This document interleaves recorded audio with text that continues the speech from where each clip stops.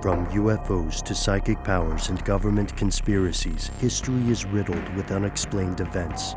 You can turn back now or learn the stuff they don't want you to know.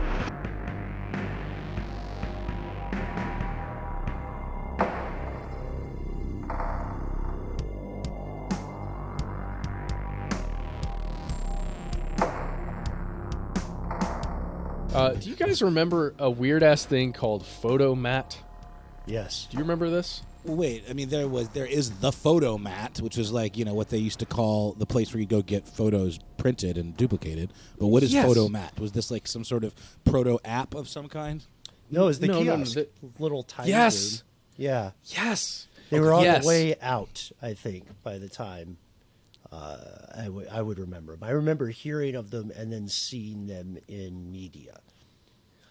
I want to say my grandmother in Ohio is the reason that I remember them, because we would go and visit my family in Ohio, and in the shopping centers there would be, like you said, Ben, a little kiosk that exists as a hut, just kind of sitting out in the middle of the parking lot that you could drop off your exposed photos to, or the actual film. It would get shipped off and processed in a day, and then you could come and pick it up again at the same place.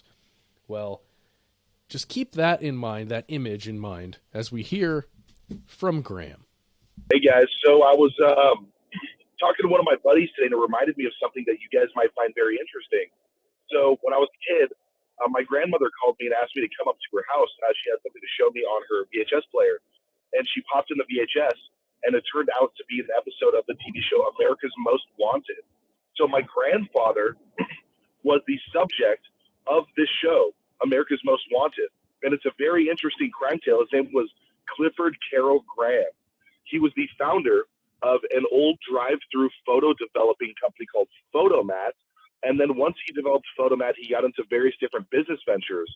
And he then invented a company called AU Magnetics, which created this almost oil spire looking thing that you could dump in a bucket of sand, and it would separate all of the precious materials from the bucket of sand. But instead of using the investor's money to invest in the product, him and his business counterparts decided to take all of the money and keep it for themselves. So with that, there were really high-level investors, the vice president of the United States, and people that were running for Congress, and people that were film executives. And at one point, he owned the largest yacht in the San Diego harbor, the private yacht in San Diego harbor. And the dude bought Bing Crosby's mansion. And then the FBI said, "We're on to you." And he disappeared. Nobody from my family has ever seen him ever since. And my grandmother's theory is that he got involved in the world of the mob, the mafia. And instead of giving all of the money to the proper people, he decided to keep it, and the mafia offed him. You guys should go check that out. It's a wildly fascinating tale. Hope to hear from you soon. See ya. Matt, we should point out also that we got two things immediately. First, I was always bothered by the idea of photomats or even the photo processing centers at, your local drugstore, because there are war stories about what people submitted to those things, embarrassing stuff, evidence of horrendous criminal activity. And there was this brief period right before the cloud-enabled smartphones came in where you could take a picture and not have it immediately be observed by someone else somewhere along the way. But with Anonymous here, I think we should say you spoke with this person earlier today, correct? Yeah, I spoke with Graham earlier today, and I'm going to tell you about that conversation. But first, I want to lay out a couple of things that you heard in that message from Graham. First of all, the full name of the person, Clifford Graham, or Clifford Carroll Graham. That's the person who was featured on the America's Most Wanted episode, the grandfather of our caller. That person has a really interesting past, and you can learn a lot about it.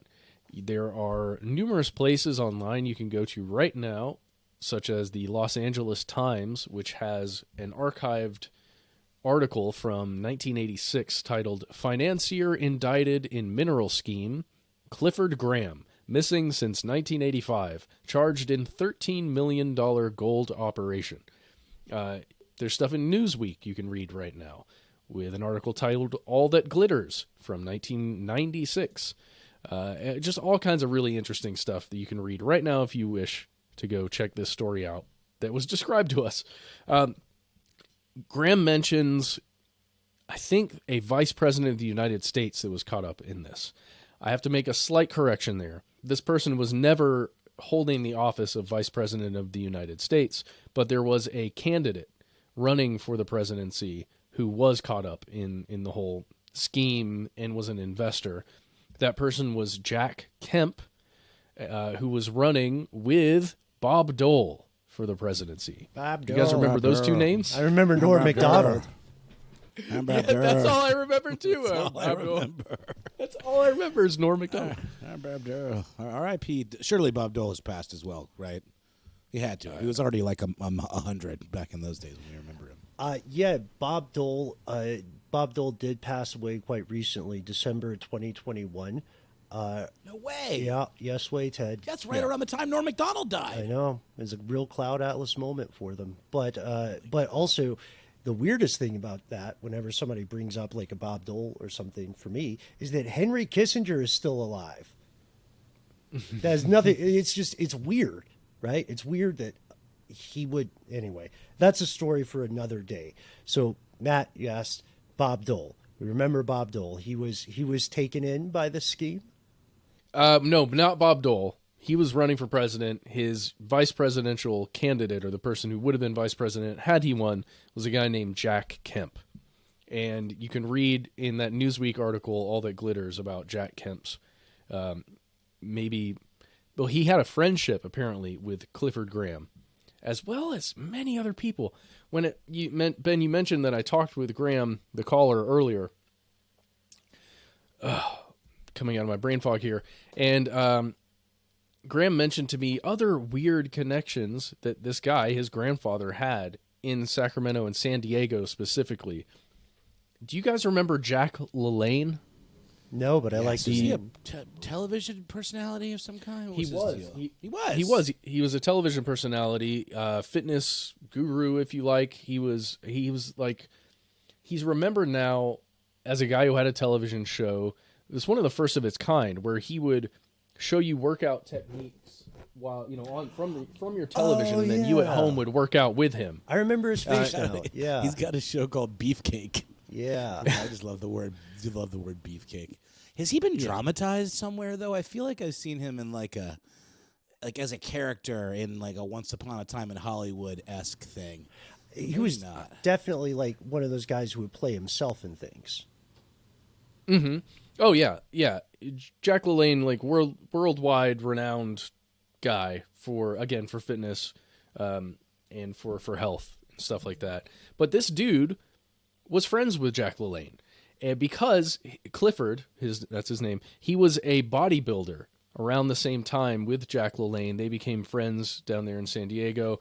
He was friends with a lot of very important people, and that's how he got around 100 individuals to invest big money in this scheme, this concept of having some kind of coil, basically, that you could use to separate precious minerals from sand particles, like regular old sand particles, or other mining. What would you call it? Like post mining materials? Just like a centrifuge type thing, where it like separates out different, types of material by spinning it around. Theoretically, but it's not a centrifuge necessarily. I haven't seen the actual device, and that's just a nature of time at this point, probably.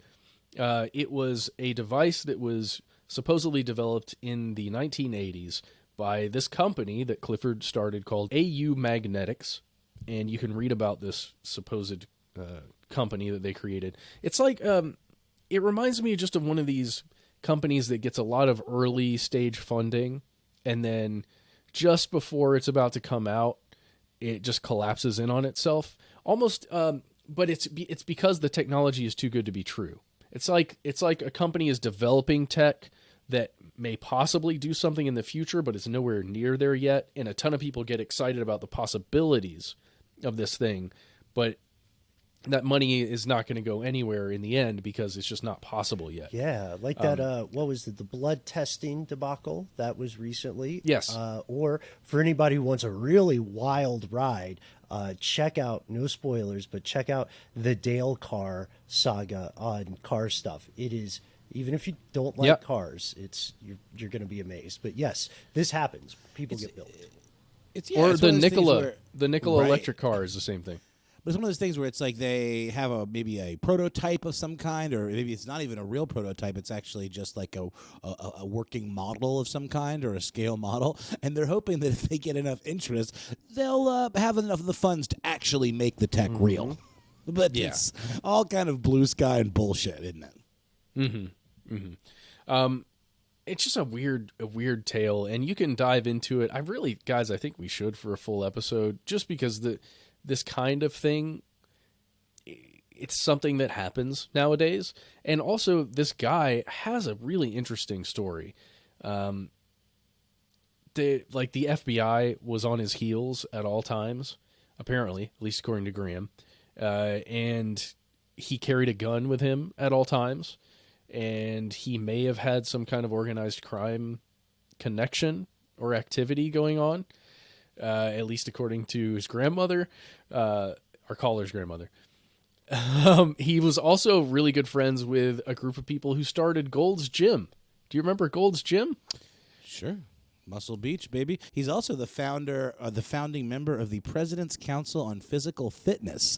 If you guys remember being forced to do chin-ups, you know, in elementary school, and Arnold Schwarzenegger yelling at you, that was what that was about. Well, it went all the way back to 1963. He was also in with big business with Dow Chemical. Yes.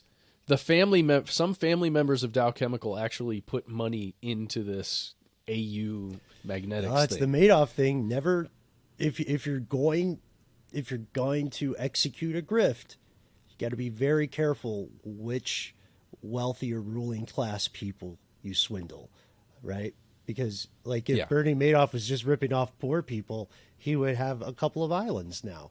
But he went after the people who write the laws, so they got it.